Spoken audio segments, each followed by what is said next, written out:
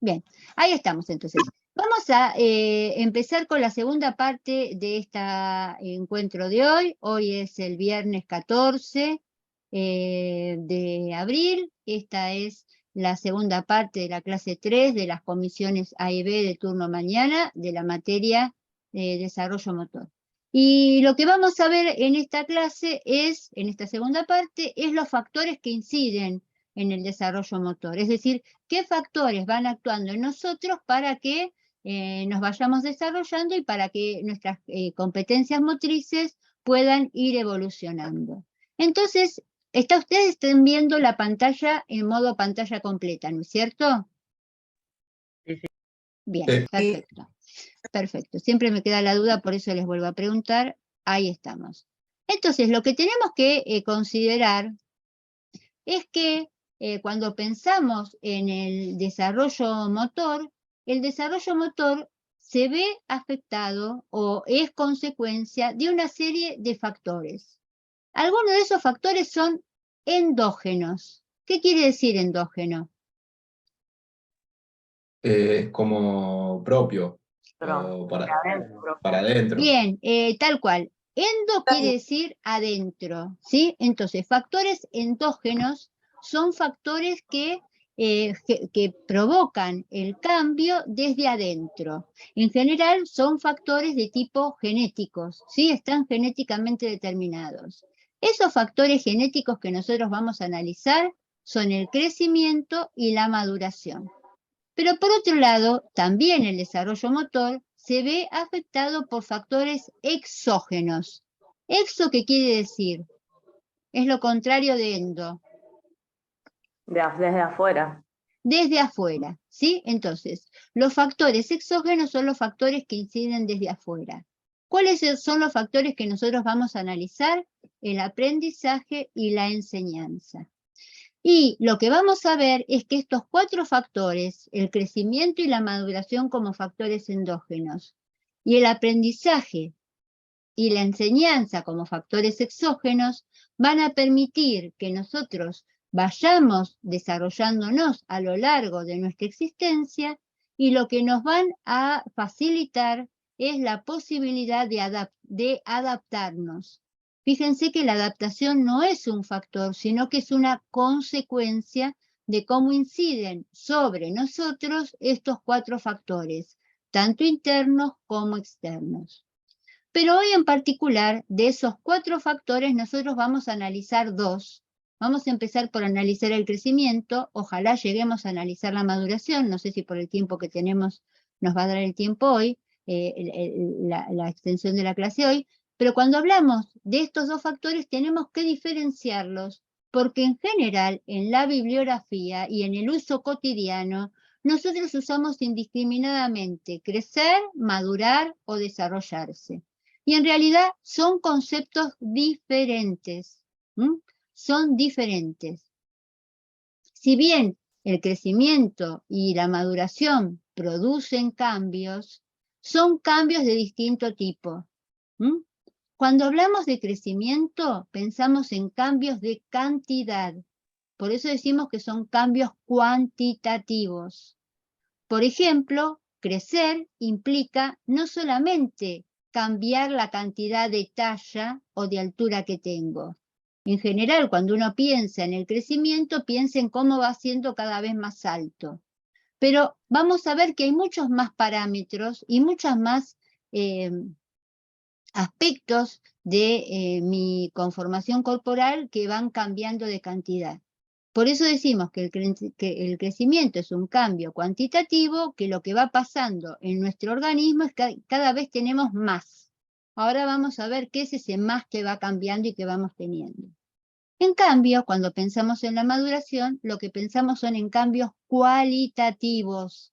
Es decir, lo que vamos viendo es que esas funciones que tienen los distintos órganos que componen nuestros sistemas, la van pudiendo cumplir con mejor calidad en esa acción o en esa función que cumplen. Entonces, cuando pensamos en la maduración, la diferencia respecto del crecimiento es que son cambios cualitativos. Es decir, que ese órgano que cumple una función cada vez la cumple con mejor calidad. Cada vez ese órgano actúa mejor, es decir, de manera más eficiente. Hace su mismo trabajo con menor esfuerzo y mejores resultados. Entonces, de eso se va a tratar esta segunda parte de la clase. Entonces, cuando nosotros pensamos en el crecimiento,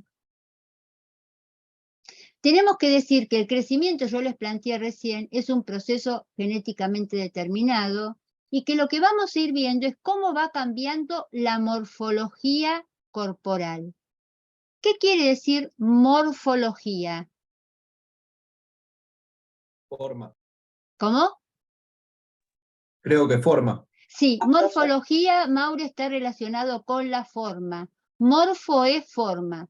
Por ejemplo, cuando se entiende claramente cuando uno piensa en el antónimo, ¿no? Dice, algo es amorfo. ¿Qué quiere decir que algo es amorfo? Quiere decir el prefijo a quiere decir falta, ¿no? Algo es amorfo cuando le falta forma, cuando no tiene forma.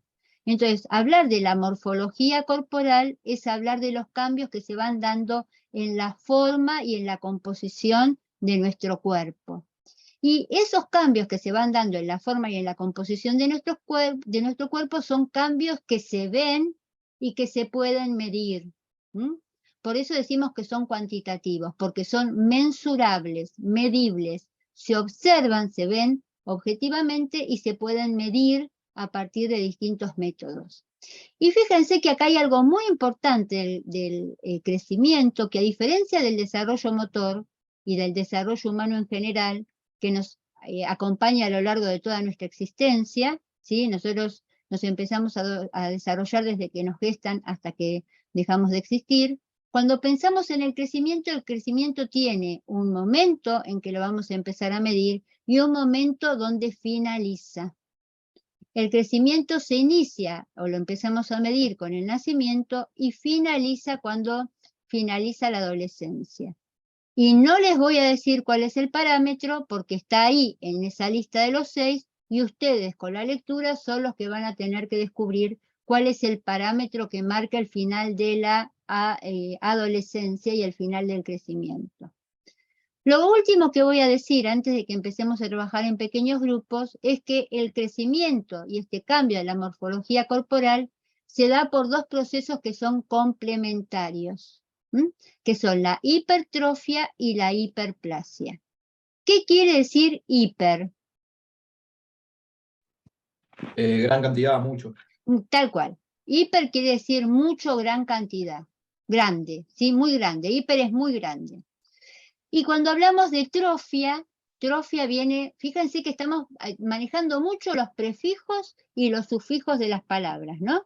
Prefijo es lo que va adelante, sufijo es lo que va detrás. Y bueno, y lo importante acá es que nosotros podamos ir descubriendo o reteniendo esta etimología, este origen de las palabras, porque muchos de esas, por ejemplo, en este caso, este prefijo, el que nombré antes, a, o los que nombré inclusive anteriormente, endo y exo, se usan mucho en el campo del desarrollo humano y el desarrollo motor, y a veces uno los confunde porque más allá de que se usan en distintos términos y quieran decir lo mismo, en otros términos pueden tener, acompañados de otro sufijo, pueden tener otro significado, ¿no?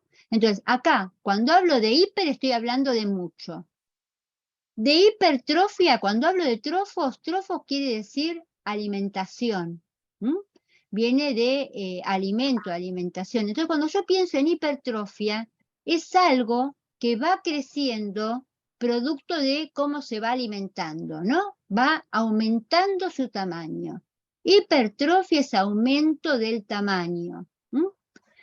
Y en general, cuando pensamos en el crecimiento, el proceso que va provocando el crecimiento es el aumento del tamaño de cada célula. Es decir, cuando pensamos en hipertrofia es un proceso que se le da a cada célula en particular.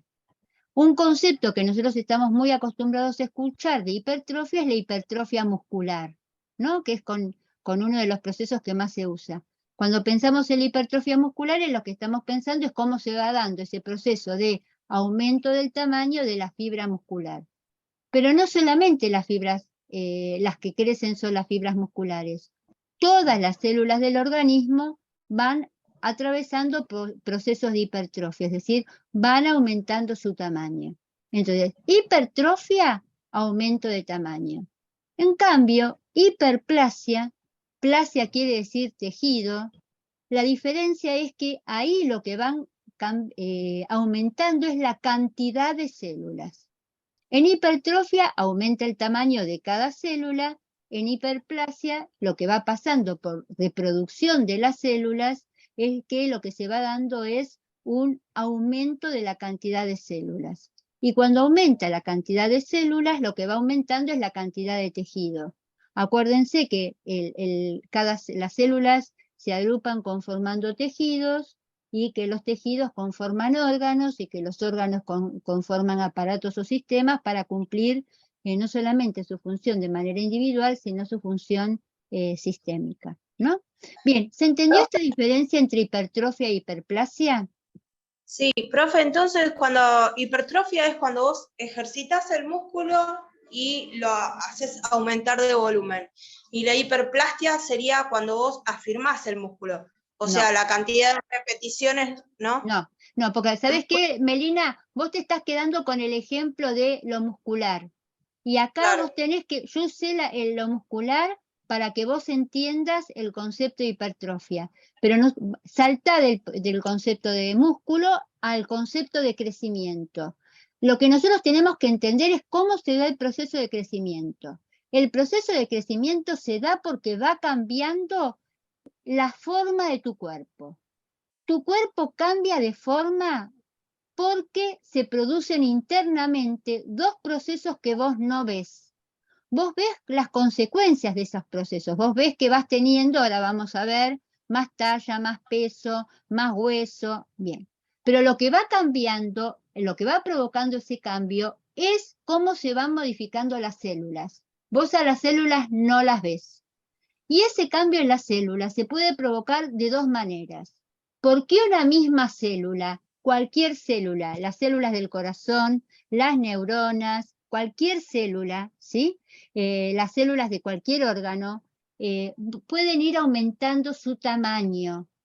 Ese aumento del tamaño de una célula, cualquier célula, ese aumento del tamaño de esa célula se lo llama hipertrofia.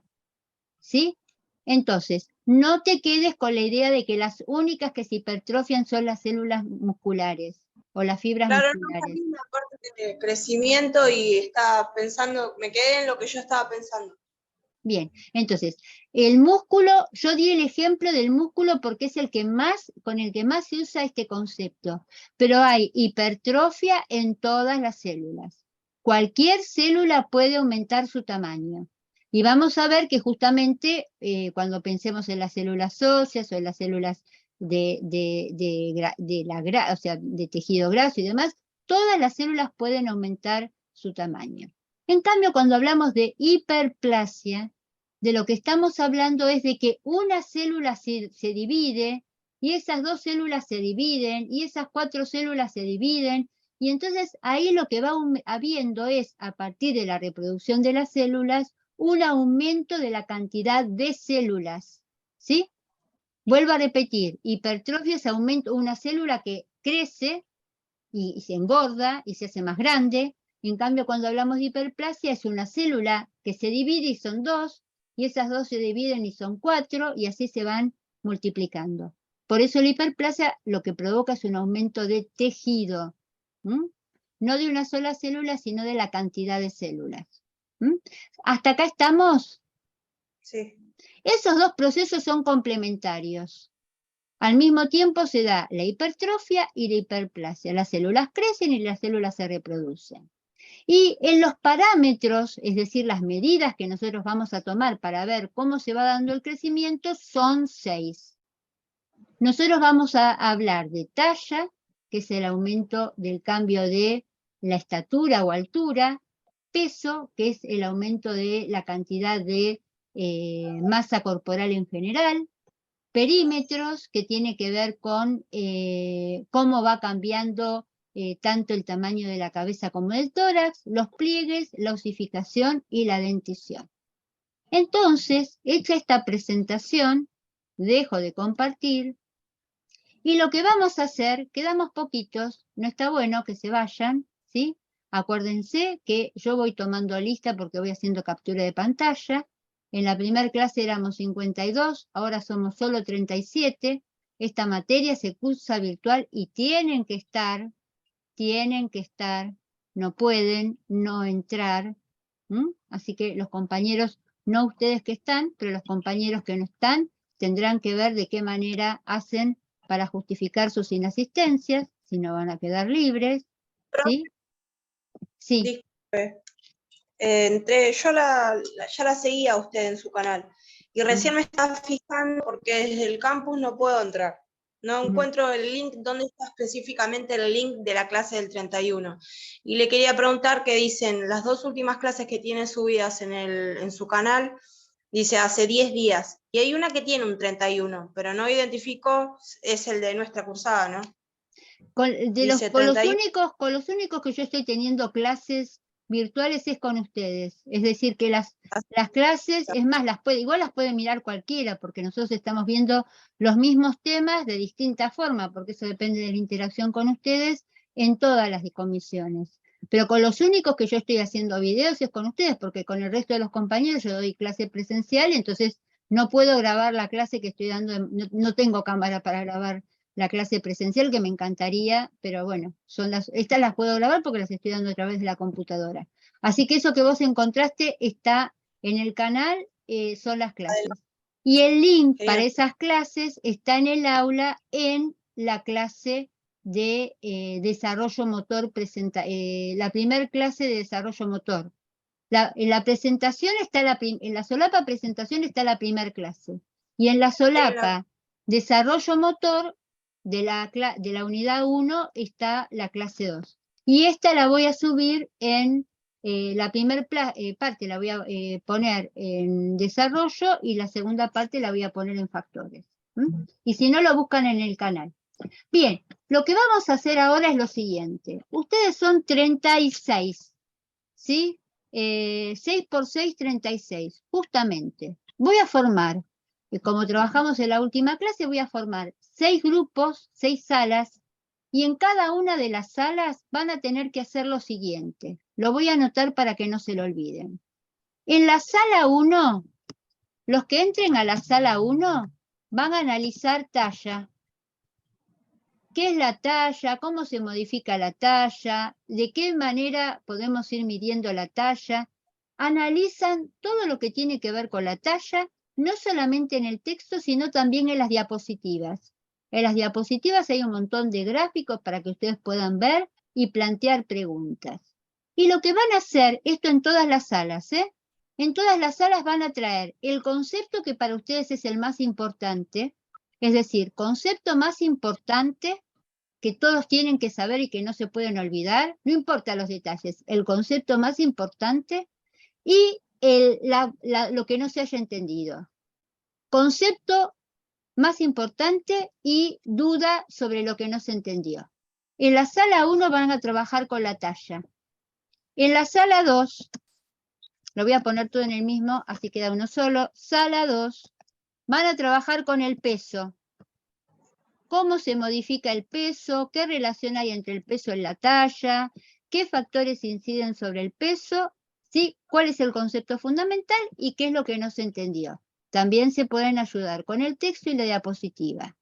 En la sala 3 van a trabajar con perímetros. ¿Qué son los perímetros? ¿Dónde se toman? Si se toman a lo largo de toda la vida. ¿Qué importancia tienen? ¿Qué tipo de tejido es el que se mide cuando uno mide el perímetro? ¿En qué lugares? Bien, todo lo que puedan de los perímetros. En la sala 4, van a trabajar con los pliegues. ¿Qué tipo de tejido permite medir los pliegues? ¿Dónde se miden? ¿Con qué se miden? ¿Para qué sirve medir los pliegues? ¿Sí? En la sala 5 van a trabajar, sala 5, van a trabajar con osificación. ¿Qué es la osificación? Osificación. ¿Qué es la osificación? ¿Cómo se modifica la osificación? ¿Nos osificamos a lo largo de toda la vida o en algún momento dejamos de osificarnos? ¿Cómo se da ese proceso? ¿Qué riesgo se corre con la actividad física en el proceso de osificación? Y demás. Y en la sala 6, no puse los números, sala 1, acá es sala 2, acá es sala 3, perímetros. Vayan anotándolo, por favor, sala 4 pliegues, sala 5, sala 4 pliegues, sala 5 osificación y sala 6 dentición. Sala 6, dentición. Dentición. Con la dentición lo mismo. ¿Cuáles son los tipos de dentición? ¿Cuántos dientes tengo en una? ¿Cuántos dientes tengo en la otra? ¿Y cómo es que me sirve como parámetro de del crecimiento? ¿Qué información me da para el crecimiento de la dentición? En todas las salas tienen que hacer lo mismo. En todas las salas tienen que buscar cuál es el concepto más importante y la pregunta. Y van a tener para esto, ya armo los grupos, salas en pequeños grupos, van a tener, armo las 6 salas, van a tener para trabajar 10 minutos, vamos a hacerlo más cortito, crear, a ver, opciones, vamos a poner 10 minutos, a ver, vamos a poner 15 minutos mejor, 15 minutos para que tengan un ratito más, y voy a crear las salas. Les aclaro a todos, si alguno no puede, lo primero que tienen que hacer es recordar en qué sala están. Si alguno queda fuera de una sala, me avisa y yo lo muevo de sala. Y si alguno lo saca de la sala, recuerden qué sala estaba para que yo lo pueda volver a mandar a esa sala. Cuando llegan, primero aclaran cuál es el tema que tienen que trabajar. Segundo, se ponen de acuerdo dónde van a buscar la información. Tercero, buscan cuál es el concepto más importante. Cuarto, buscan cuál es o definen cuál es la pregunta que van a hacer. Toman nota del concepto más importante. Toman nota de la pregunta que van a hacer. Y cuando el Zoom los trae, entre todos aclaramos las dudas y consultas y decimos cuál es el concepto más importante. ¿Se entendió lo que tienen que hacer? Sí, profe. ¿Listo? Allá vamos. Abro las salas. Los va a ir, acuérdense que tienen que ir aceptando la invitación que les va llegando automáticamente.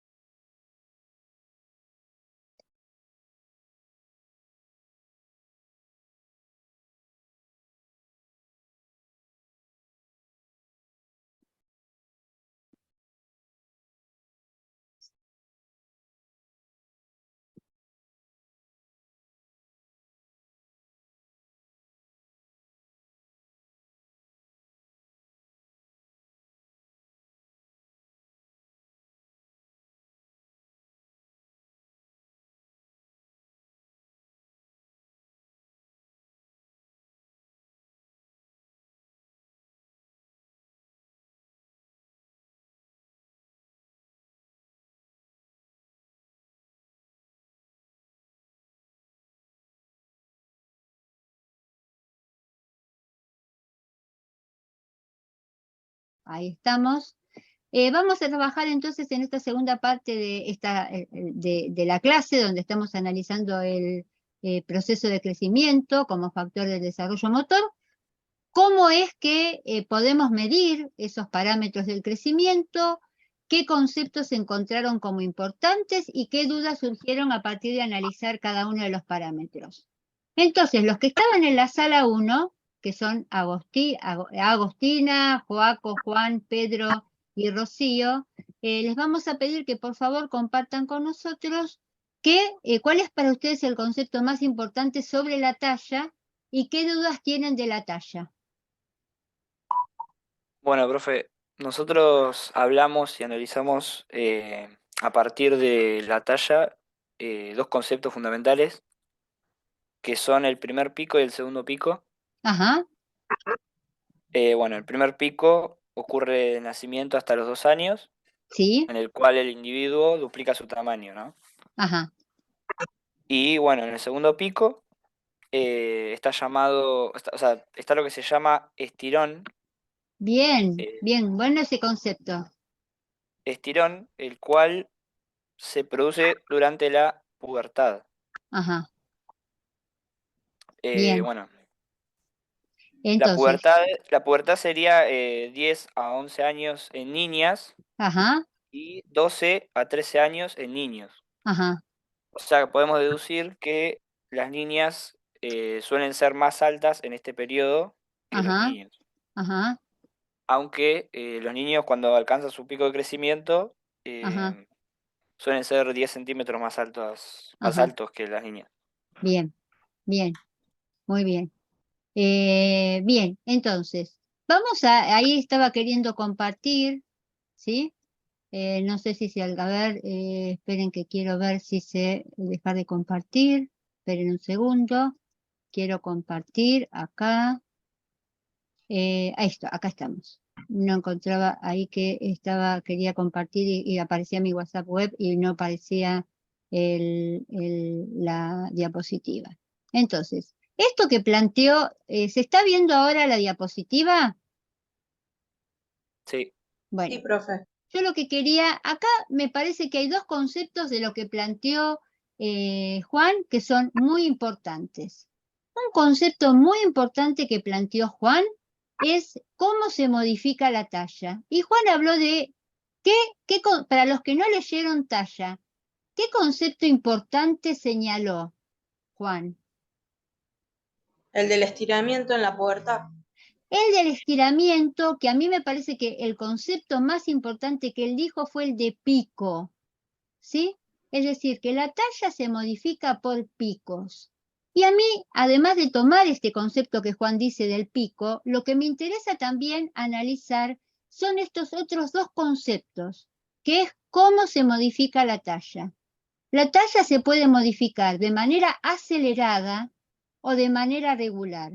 ¿Cómo entienden ustedes el concepto de acelerado?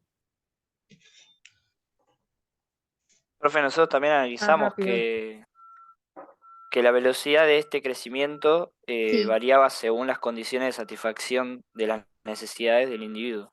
Perfecto, O sea, perfecto, tal cual. O sea que hay otros factores también que inciden sobre la talla. Pero claro, acá la pregunta que yo les quiero hacer, porque está muy bien lo que dijo Juan, ¿eh? Pero yo quiero llevarlos a hacer a los demás que no leyeron este análisis. Dice, la talla se modifica de manera acelerada o de manera regular. ¿Qué quiere decir que se modifica de manera acelerada? Que se hace rápidamente. Tal cual, Juan, que se hace rápidamente. Entonces, cuando la talla se modifica rápidamente, en ese momento se produce un qué, que fue el que mencionaste vos. Pico. Un pico. Y fíjense que hay dos momentos de pico, esto que dijo Juan. Entonces, lo que hay que marcar es eso. La talla puede modificarse de manera regular. ¿Qué quiere decir regular? ¿Que se crece mucho o que se crece poco? Que se crece poco. Tal cual. Hay años donde se crece poco y lo mismo por año. Fíjense que los tienen ahí, 3 a 5, 5 a 8, pero hay otros años donde se crece mucho en poco tiempo.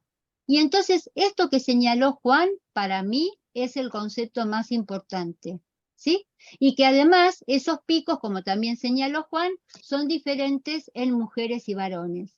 Por eso a mí me gusta mirar mucho este gráfico, este. Miren este gráfico. ¿Qué están viendo ustedes ahí? no aparece, profe. ¿No aparece? No. No, profe, estamos viendo la carátula.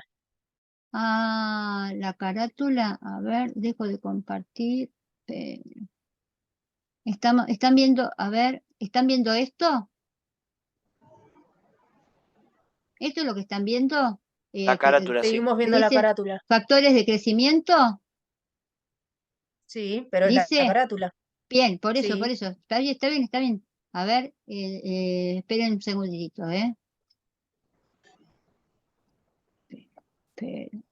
que me genera tanta...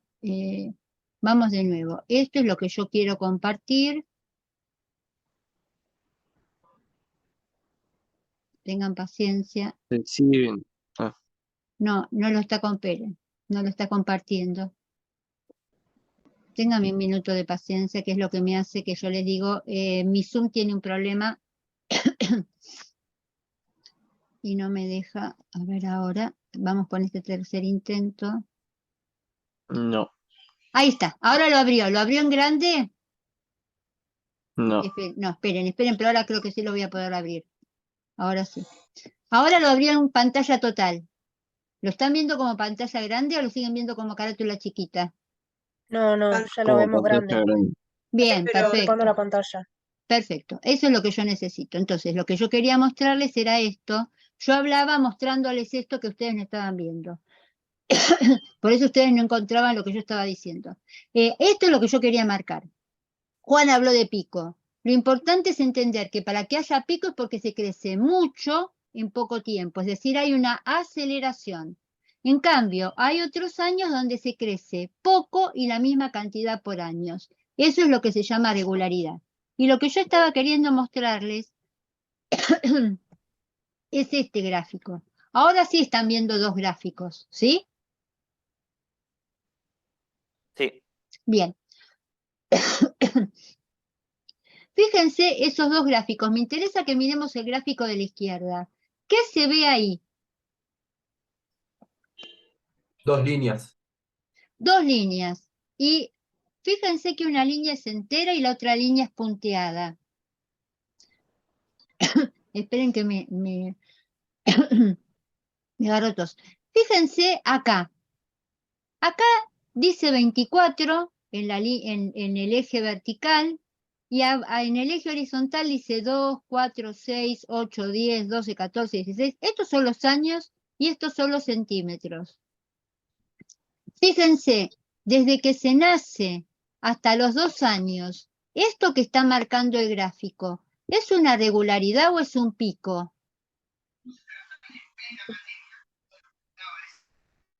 la lineal, no la punteada. Cualquiera de las dos. Acá, este tipo de crecimiento, ¿qué les parece? ¿Que es regular o es acelerado? El que se da del nacimiento a los 2 años. Es acelerado. Es Acelerado. acelerado. Fíjense cómo se va desacelerando el crecimiento, la línea baja, baja, baja. Y hay años, entre los 3 años y los 10 años, donde el crecimiento es prácticamente plano. ¿Sí? Esta es la zona de regularidad. Son años donde se crece, ¿sí? Se crece como mínimo 5 o 6 centímetros por año, pero se crece todos los años lo mismo. En cambio, fíjense acá la línea de puntitos. ¿La están viendo? Sí. La línea de puntos. Fíjense que entre los 10 y los 12 años, la línea de punto hace una subida rápida. Ese es el pico de quiénes. ¿Quiénes son las que crecen entre los 10 y los 12 años? Las líneas.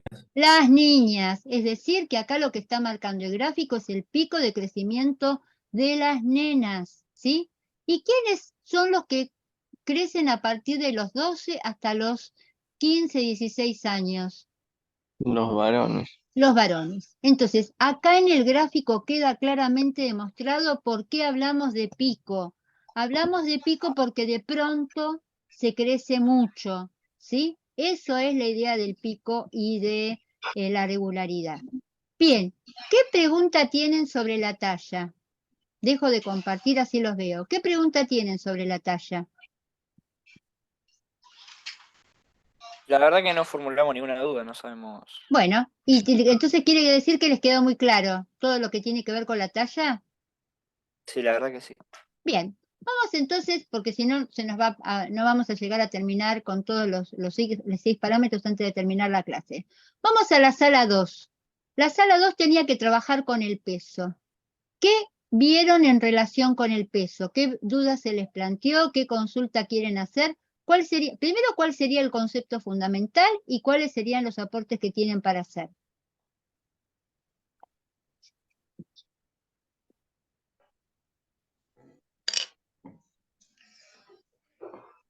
Ahí están en la sala 2, Yanela, Jonathan, Matías y Selena. ¿Qué podrían aportarnos sobre el peso?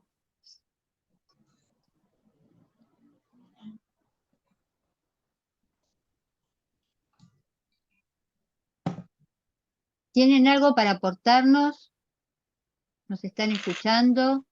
¿Quieren compartir con nosotros lo que pensaron? Yanela, Jonathan, Matías, Selena, ¿están por ahí?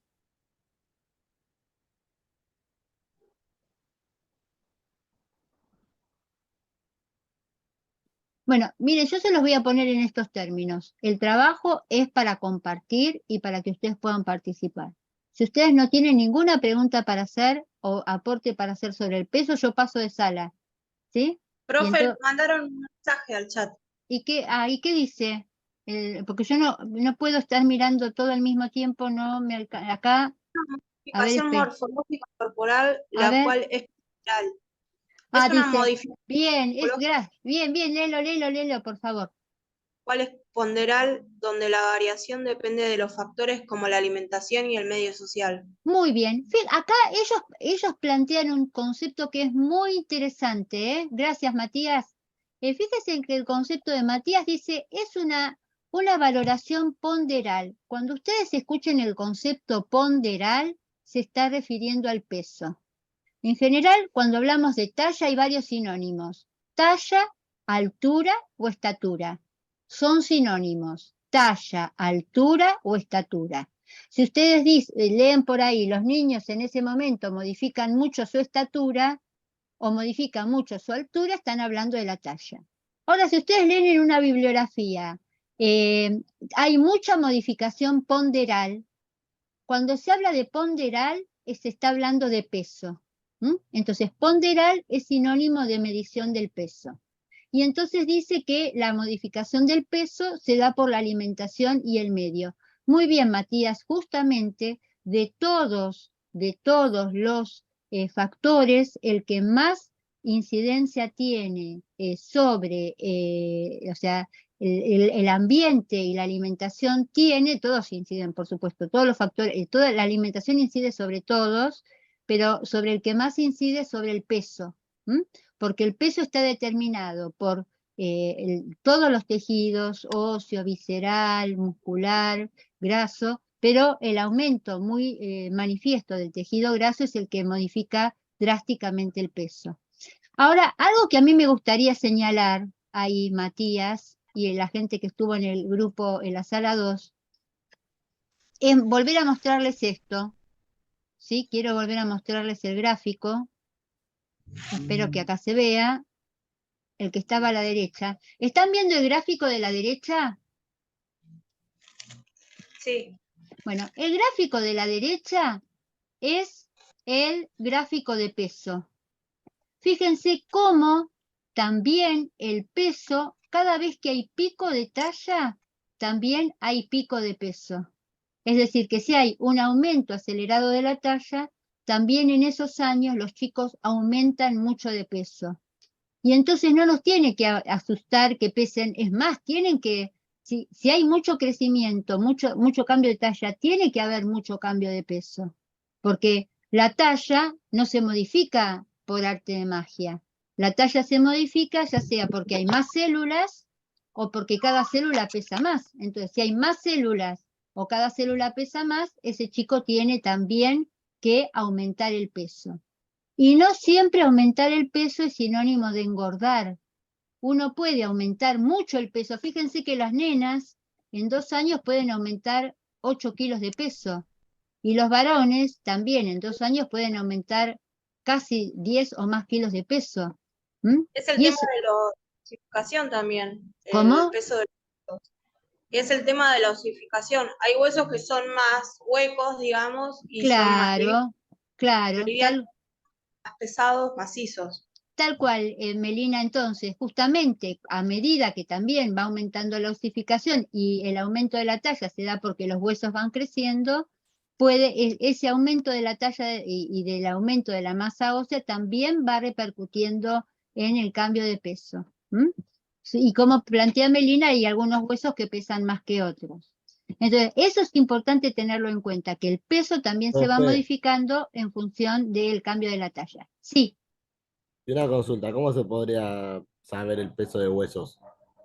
Ah, no lo sé. Eso se lo pueden preguntar al profesor anatomía, ¿sí? Porque, porque, por ejemplo, o sea, yo, o sea, a veces también un poco discrepo un poco con todo esto porque soy una persona de talla baja, entonces también todos estos cuadros y estas cosas se diferencia. Eh, y bueno, y tienen alteraciones. Y bueno, yo Ajá, por ejemplo, estuve en enero en un torneo afuera, en el exterior, y me comparé con otros chicos. O sea, no es que nos comparamos, pero sino que nos hemos medido con otros chicos, por ejemplo, de Perú, sí, y nos hemos pesado y tenemos la misma estatura, la misma edad, y llevamos como 10 kilos de diferencia y ninguno de los dos está como pasado de peso ni gordo. ajá, Eh, pero yo digo, o sea, sería imposible para mí bajar esos 10 kilos que es lo que está en la contextura de él. Entonces bien. ahí es donde yo puedo ser que tal vez sea una cuestión de peso óseo. Ujú. Bien, esto que vos estás planteando, no vi quién estaba hablando porque no se prendió ¿quién? Jonathan, Jonathan. Jonathan, esto que vos estás planteando es lo que nosotros tendríamos que analizar desde esta perspectiva, que es la perspectiva de la antropometría. Lo que vos nos estás planteando es cómo este conjunto de factores que todavía no alcanzamos a analizar, ¿sí? Nosotros recién estamos analizando talla y peso, pero también otros dos parámetros que vamos a ver ahora, que son perímetros y pliegues, nos permiten definir, de acuerdo a determinadas fórmulas, cuál es el biotipo. Y esos biotipos, fíjense acá, todas estas que ustedes ven acá abajo, en esta foto, toda esta galería, son de mujeres deportistas. Y cómo las mujeres deportistas pueden tener, inclusive a veces para un mismo deporte, de acuerdo al lugar donde jueguen, en la posición en la que jueguen, pueden tener tipos corporales tan distintos, ¿no? Esta lanzadora de martillo, o esta jugadora de básquetbol, o esta gimnasta, ¿no? Fíjense, una gimnasta rítmica, o esta luchadora. Entonces, ¿cómo se conjugan estos cuatro parámetros, talla, peso, perímetros y pliegues, y aplicando determinadas fórmulas, nos pueden dar estos tres biotipos?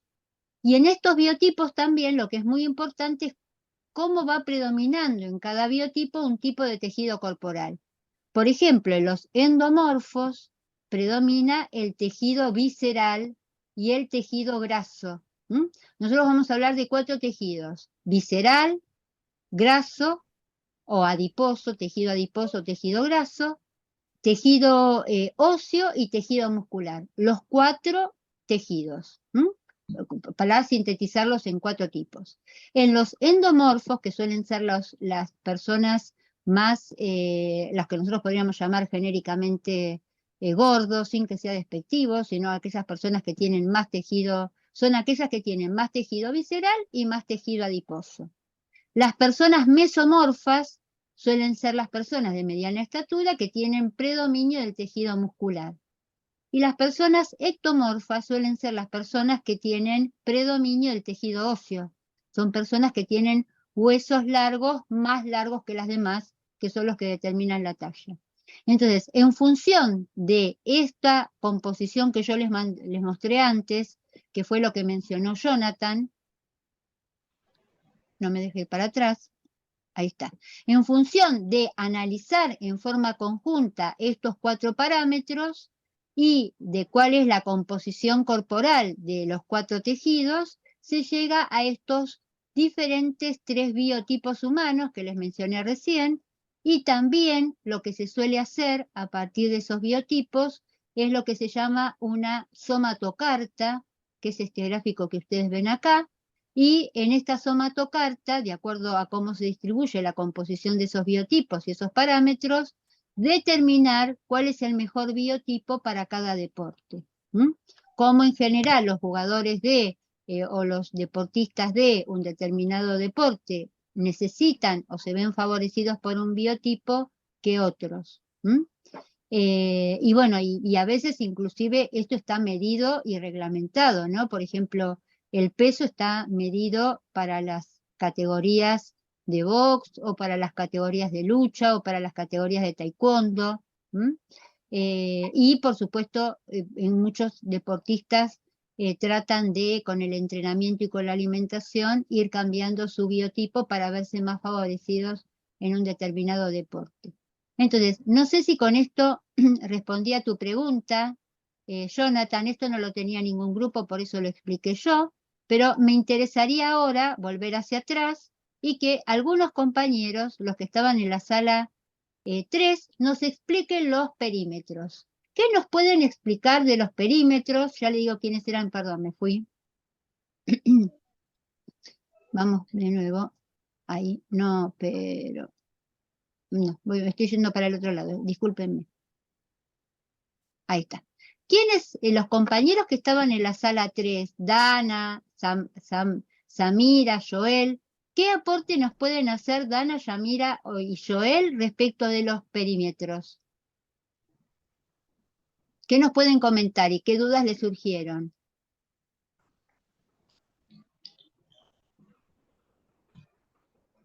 ¿Alguna duda Está que en les el haya? chat. ¿En el chat? Ah, bien. A ver, esperen a ver si puedo ver el chat. Acá estamos. ¿Qué dice el chat?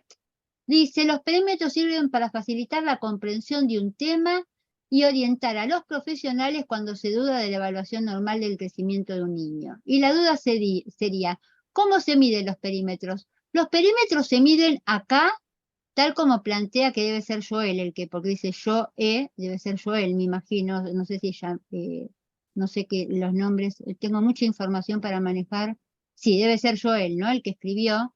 Joel, fíjense dónde se miden los perímetros, acá lo tienen, en el gráfico.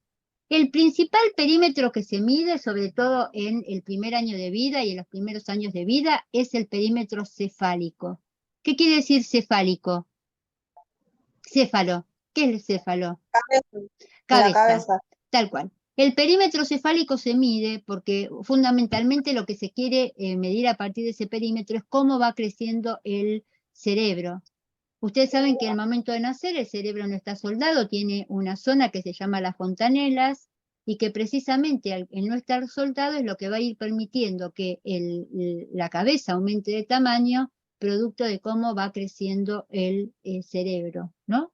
Entonces, si el cerebro estuviese soldado, comprimiría perdón, si el cráneo estuviese soldado, comprimiría al cerebro y no le permitiría lograr su desarrollo que tiene sobre todo el volumen en los primeros años de vida. Entonces, una forma de comprobar cómo va creciendo el cerebro es viendo cómo va aumentando el perímetro cefálico. Otra forma de comprobar cómo van creciendo los pulmones, el corazón y demás, y cómo se va expandiendo, es a partir de ver cómo se va expandiendo la caja torácica, ¿no? Se le toma acá la altura de las tetillas y se va viendo cómo va aumentando ese perímetro. Y, por ejemplo, tomar el perímetro abdominal es una forma de ver cómo van creciendo el resto de las vísceras. Y en algunos casos, como acá abajo, también nos permite ver y comprobar cómo va creciendo el tejido graso cuando está en exceso, como tiene este nene, ¿no? Este nene se ve que claramente tiene un exceso de tejido graso, está con sobrepeso, que es uno de los graves problemas que afecta a los niños en este momento.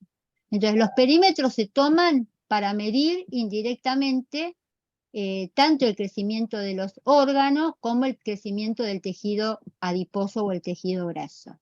¿Mm? Bien, ¿está aclarada esa duda? ¿O esa, ¿está? ¿La pregunta? Sí. Bien. Vamos Sí. entonces a la sala 4, a Profe, ver, sí. le mandé un mensaje al privado de por qué. O sea, yo no pude entrar antes por falta, bueno, porque me andaba No mal en tenías internet. internet. Bien. Bien, ¿saben Y qué me entré recién en pasa? la segunda mitad. Claro, saben que les pido disculpas porque me cuesta mucho seguir, por eso a veces me viene bien que ustedes cuando ven en el chat me lo digan. Me cuesta mucho tener abierto en simultáneo el chat, las salas de Zoom, porque tengo que ir viendo quiénes estuvieron en las salas de Zoom para poder invitarlos a que nos compartan.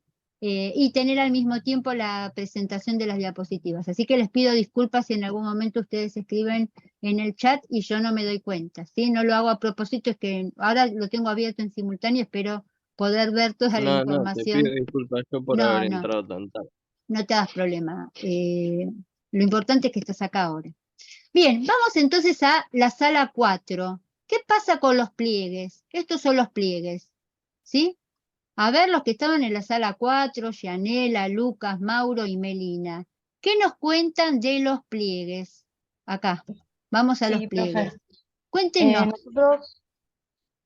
Nosotros pusimos o hablamos que sirve más que nada para saber cómo va cambiando el tejido adiposo y cómo indica el porcentaje de grasa en el peso. Cuando se usan la pinza Ajá, que sirve para medir en antropometría, ajá, Y el promedio. para medir los pliegues que se pueden hacer en el muslo, la pierna, el ajá. pectoral, el abdomen, el brazo, la espalda y la nuca. Bien, Más que muy nada para bien. ver el porcentaje de grasa. Miren, acá, ¿quién es la que está hablando? No me doy cuenta quién tiene el micrófono prendido. Gianela. Yanela, buenísimo, Yanela. Esto que está diciendo Yanela, ustedes lo ven acá en la foto, ¿sí? Todo lo que dijo Yanela lo tienen acá, fíjense, en el muslo. Y Yanela hizo una excelente síntesis. ¿Qué se mide cuando uno mide un pliegue cutáneo? La grasa. Tal cual. Lo que queremos, y a partir, justamente por eso, esto es en respuesta también a Jonathan. A veces uno dice, bueno, esta persona parece que tiene la misma morfología que la otra.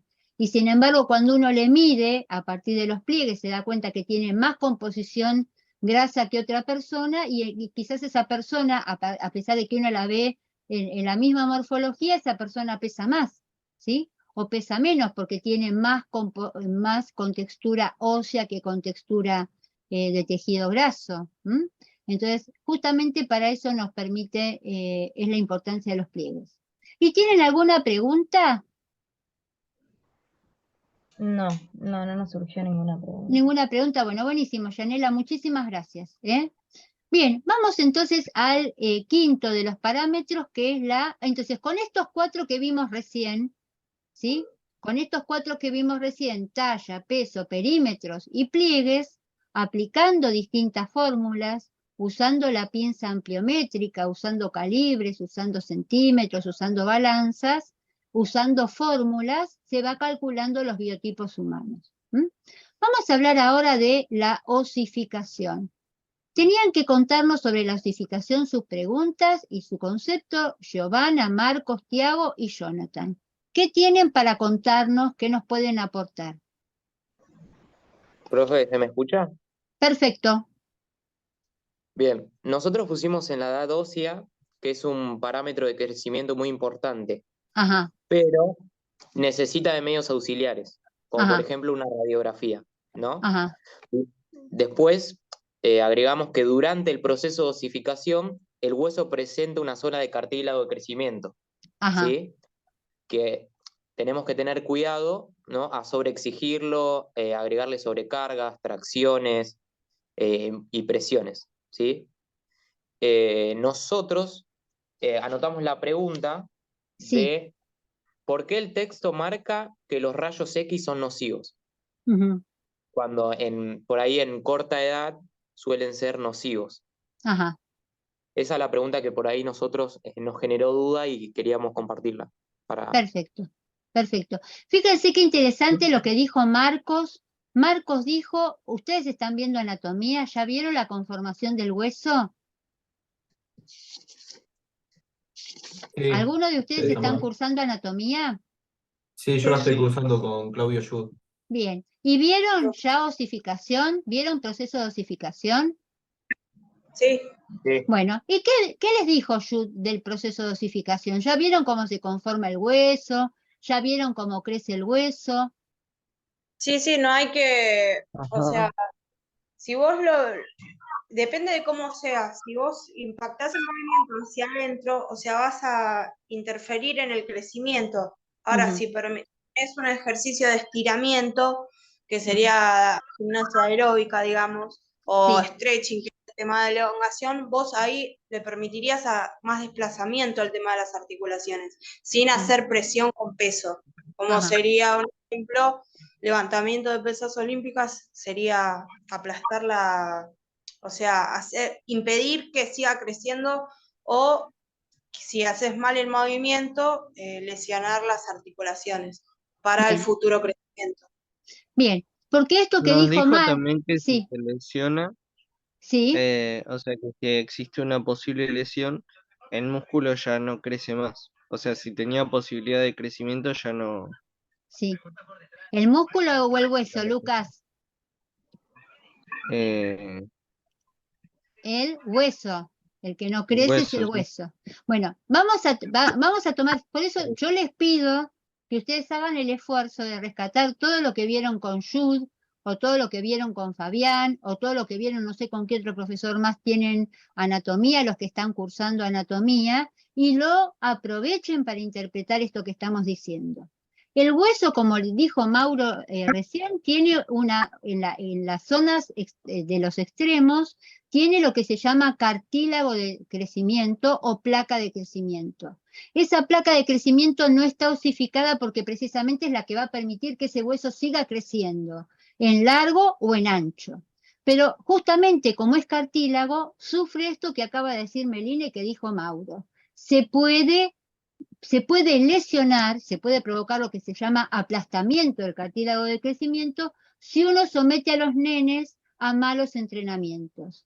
Por ejemplo, se entrena con calzado inadecuado, en piso duro, con muchas reiteraciones, con malos tipos de entrenamiento. Entonces, Y si tiene una fractura también impide el crecimiento porque, o sea, no te escuché, discúlpame, Melina, dijiste algo al principio y se me cortó el audio. ¿Qué fue lo primero que dijiste?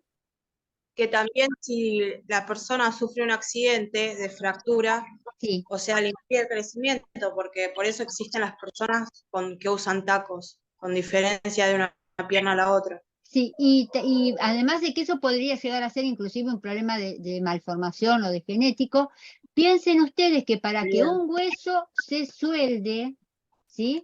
Cuando hay una fractura, el hueso se rompe. Para que el hueso se suelde, lo que tiene que haber es que se forme un callo.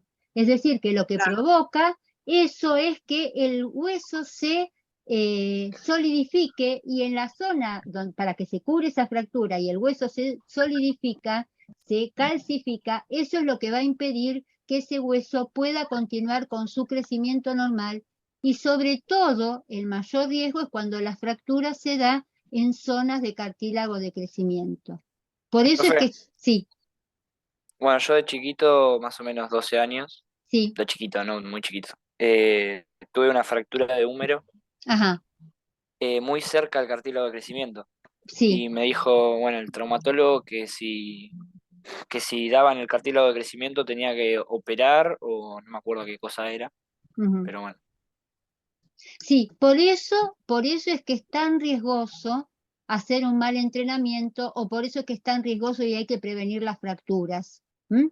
Y el otro tema que hay que tener mucho cuidado es con seguir con el mito, espero que esto lo hayan hablado con los profesores de anatomía, de que como los huesos están en osificación, tienen menos posibilidad de fracturarse.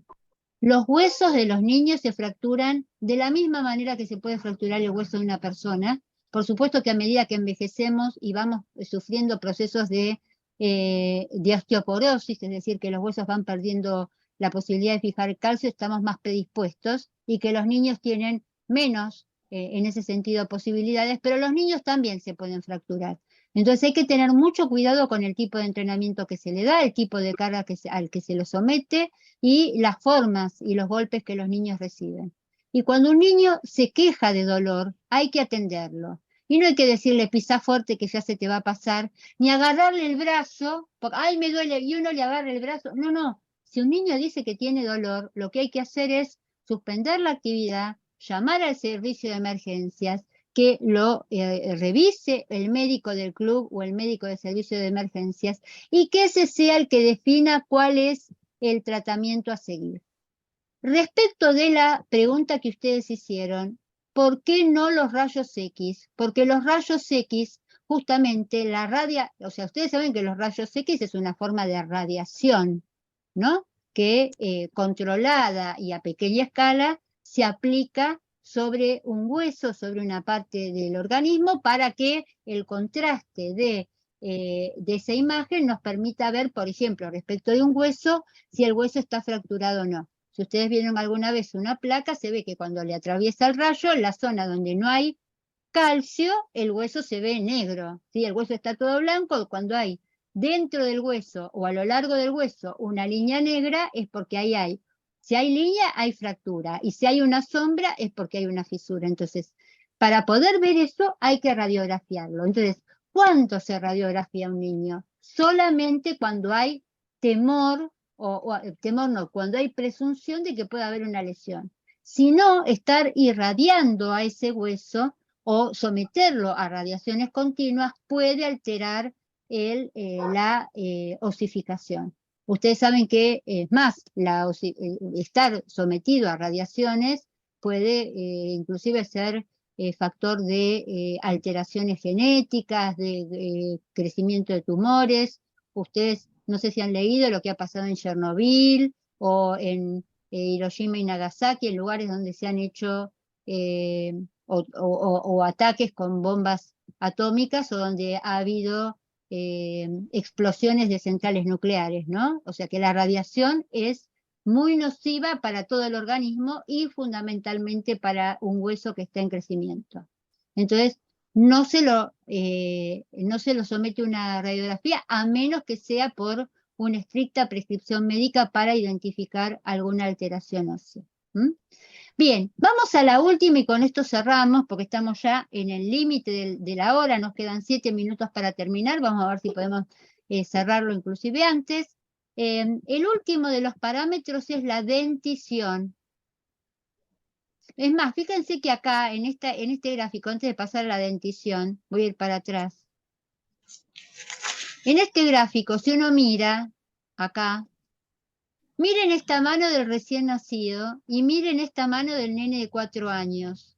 En esta mano, ¿hay menos huesos que en esta mano?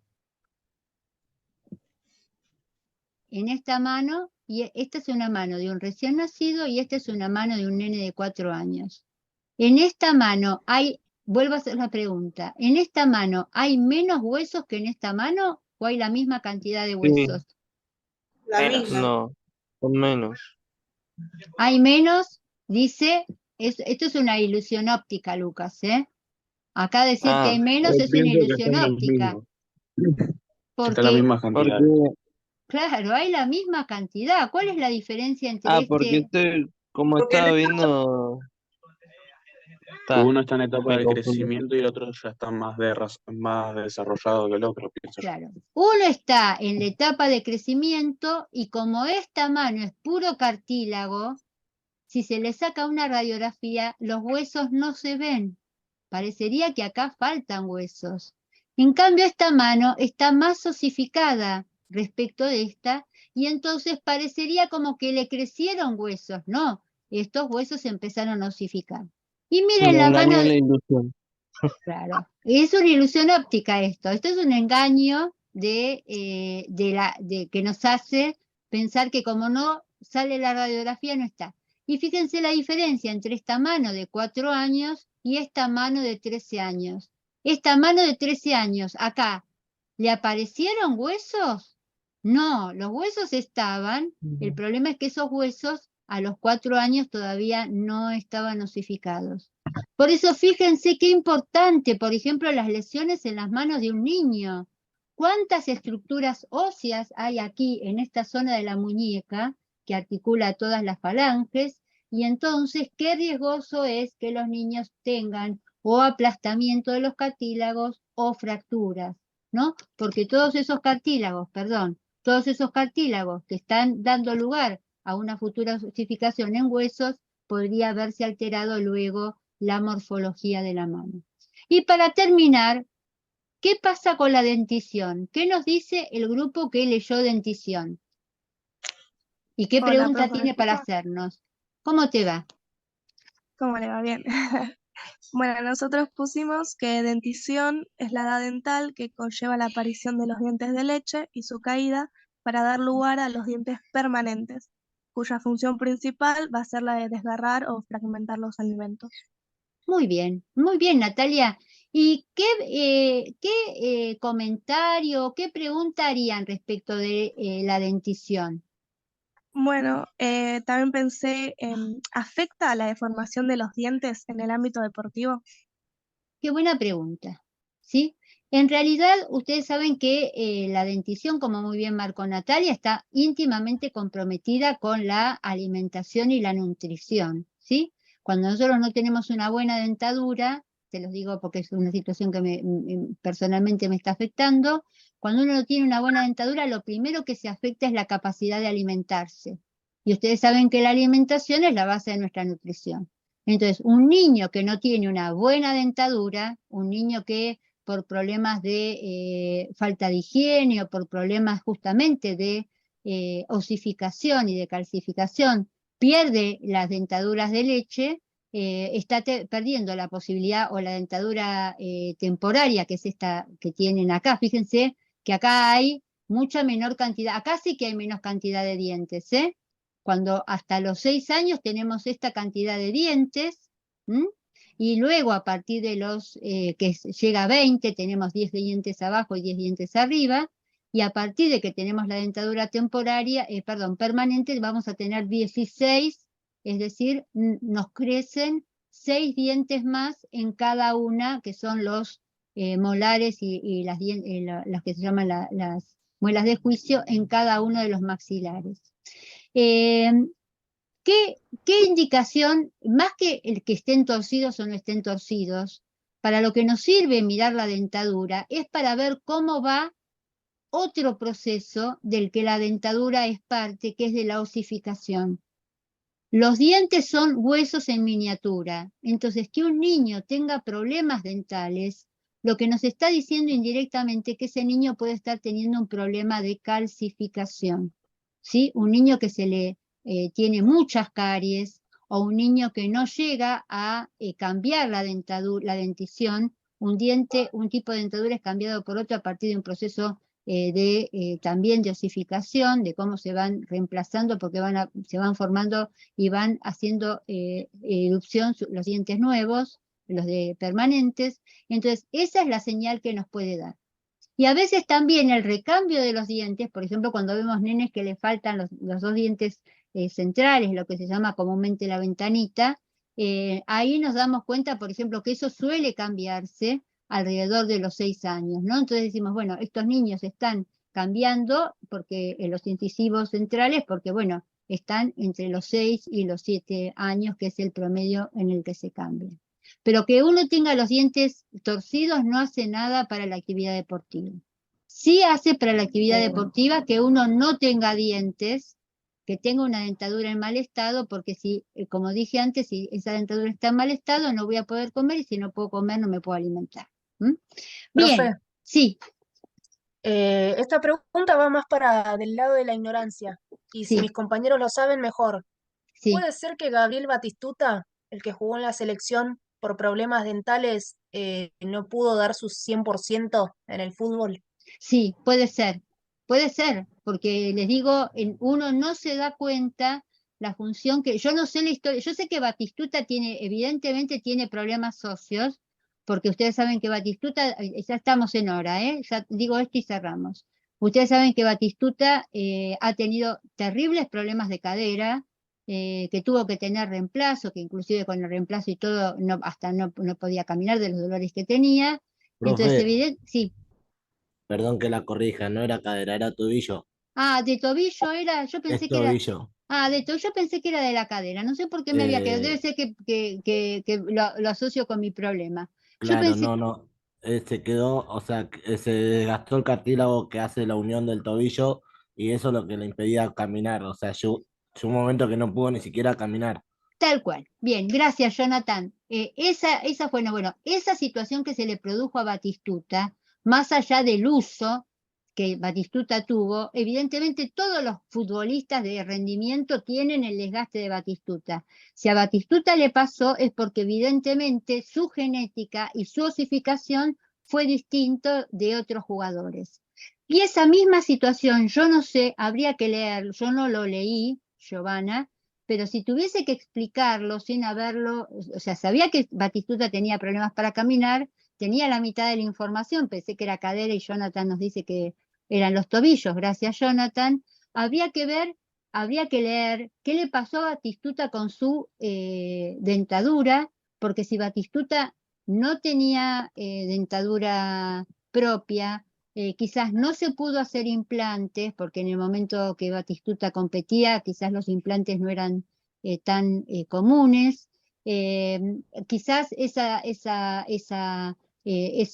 molestia que podía tener en la boca no le permitía alimentarse, y por supuesto que eso va de la mano de una mala alimentación, puede perjudicar la osificación y puede inclusive haber sido la causa de las situaciones. Yo tengo que confesar, yo no soy médica, yo estudio el desarrollo motor y entonces hay un montón de relaciones causa-efecto que se dan entre los procesos y los resultados que inciden en el organismo, que les tengo que decir que, por eso también en muchos momentos les digo, bueno, vayan a preguntarle a el kinesiólogo que está todo el día hablando y estudiando sobre los huesos. Yo estudio el desarrollo motor en general y lo que les puedo decir es que estos procesos, como es la conformación de los dientes, como es la osificación, como es la modificación que se va provocando en los distintos tejidos corporales, incide sobre el desarrollo motor. Bien, si no hay ninguna duda, dejo de compartir, dejo de grabar